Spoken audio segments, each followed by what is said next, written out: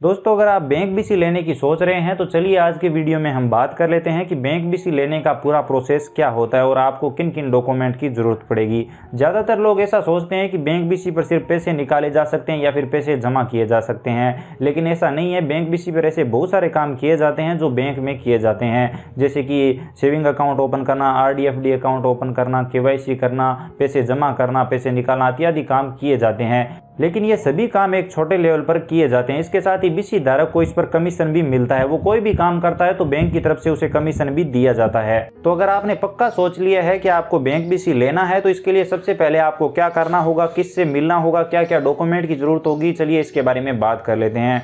सबसे पहले बात कर लेते हैं डॉक्यूमेंट की। तो ज़्यादा डॉक्यूमेंट की आपको जरूरत नहीं पड़ती बैंक बीसी के लिए। बैंक बीसी के लिए आपको एक आईडी प्रूफ की जरूरत पड़ती है, जिसमें आप अपना आधार कार्ड, वोटर कार्ड वगैरह दे सकते हैं। इसके साथ ही एक एड्रेस प्रूफ की जरूरत पड़ती है, जिसमें आप राशन कार्ड, वोटर कार्ड, आधार कार्ड इनमें से भी कुछ भी दे सकते हैं। एक पैन कार्ड की जरूरत पड़ती है। इसके साथ ही सबसे जरूरी डॉक्यूमेंट है पुलिस वेरिफिकेशन। तो अगर आप बैंक बीसी लेना चाहते हैं तो आपके पास पुलिस वेरिफिकेशन होना चाहिए, जो कि 6 महीने से ज़्यादा पुराना ना हो।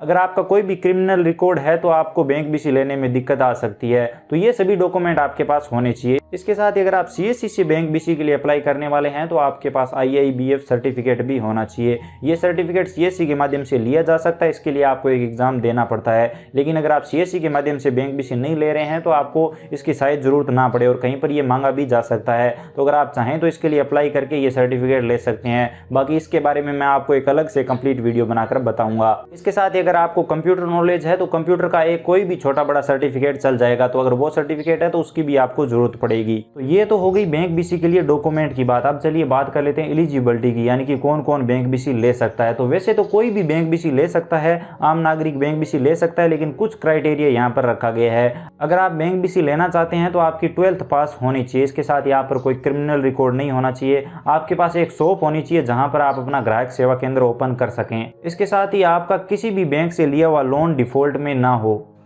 तो अगर आप इन सब शर्तों को पूरा करते हैं तो आप बैंक बीसी के लिए अप्लाई कर सकते हैं। अब बैंक बीसी के लिए अप्लाई करने के लिए सबसे पहला काम आपको क्या करना होगा, सबसे पहला कदम आपका कौन सा होगा? तो इसके लिए सबसे पहले आपको बैंक मैनेजर से मिलना होगा। जिस बैंक की आप बीसी लेना चाहते हैं उस बैंक मैनेजर से आपको मिलना होगा।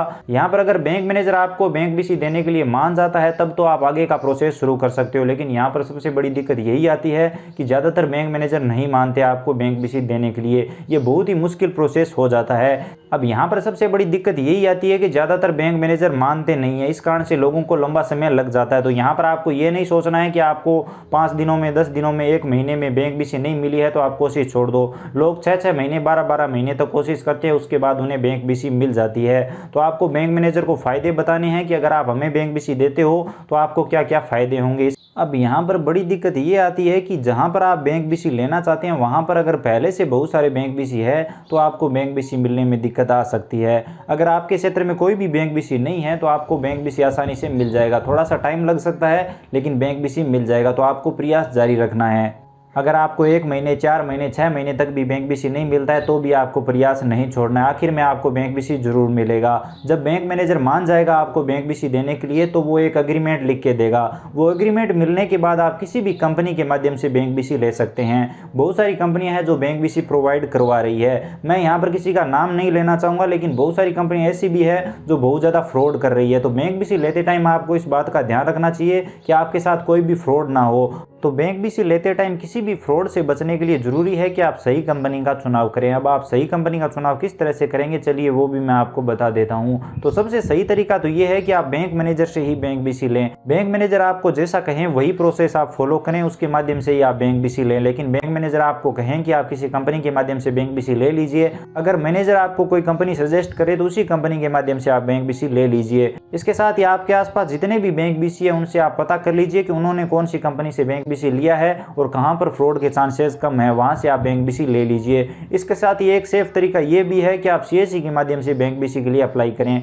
लेकिन सीएससी के माध्यम से बैंक बीसी के लिए अप्लाई करने का जो प्रोसेस है वो काफ़ी लंबा है और इसमें काफ़ी टाइम लग जाता है। इसके साथ ही आपको आईआईबीएफ सर्टिफिकेट की भी जरूरत पड़ती है, जिसके लिए आपको एक एग्जाम क्लियर करना होता है। अगर आपके पास CSC आईडी है और अगर आप बैंक BC के लिए अप्लाई करना चाहते हैं तो आप घर बैठे बैंक BC के लिए अप्लाई कर सकते हैं, लेकिन इसके लिए ज़रूरी है कि आपके पास IIBF सर्टिफिकेट हो। IIBF सर्टिफिकेट के लिए भी आप CSC के माध्यम से अप्लाई कर सकते हैं और ये एग्ज़ाम दे सकते हैं। इसके लिए आपको एग्ज़ाम सेंटर पर जाना होता है और एक एग्ज़ाम देना होता है। इस एग्ज़ाम की फ़ीस लगभग 900 के आसपास रहती है, तो 900 रुपये देकर आप IIBF सर्टिफिकेट के लिए CSC के माध्यम से अप्लाई कर सकते हैं। बाकी इसके बारे में कभी मैं आपको एक डिटेल से वीडियो बनाकर बताऊँगा। लेकिन अगर आपके पास CSC आईडी नहीं है तो आप किसी भी CSC सेंटर पर जाकर IIBF सर्टिफिकेट के लिए अप्लाई कर सकते हैं, उसके बाद बैंक BC के लिए अप्लाई कर सकते हैं अगर बैंक मैनेजर की तरफ से आपको अप्रूवल मिल जाए तो।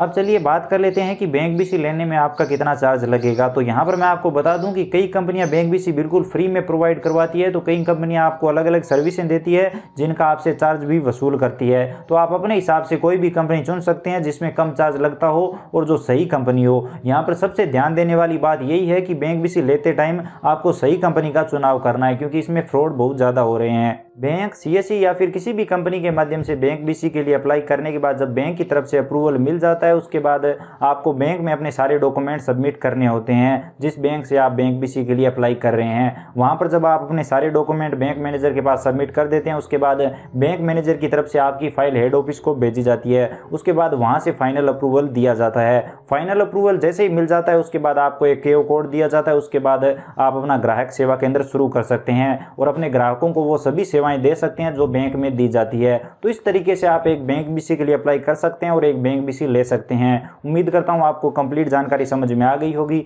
अगर आपको ये छोटी सी जानकारी पसंद आई है तो वीडियो को लाइक करिए, अपने दोस्तों के साथ शेयर करिए और अगर आप चैनल पर नए हो तो चैनल को सब्सक्राइब करके बेल आइकन प्रेस कर लीजिए, जो कि बिल्कुल फ्री है। इसके साथ ही अगर आपके मन में कोई भी सवाल या सुझाव है BC से रिलेटेड या फिर कोई और, तो आप कमेंट में जरूर बताएं। धन्यवाद दोस्तों।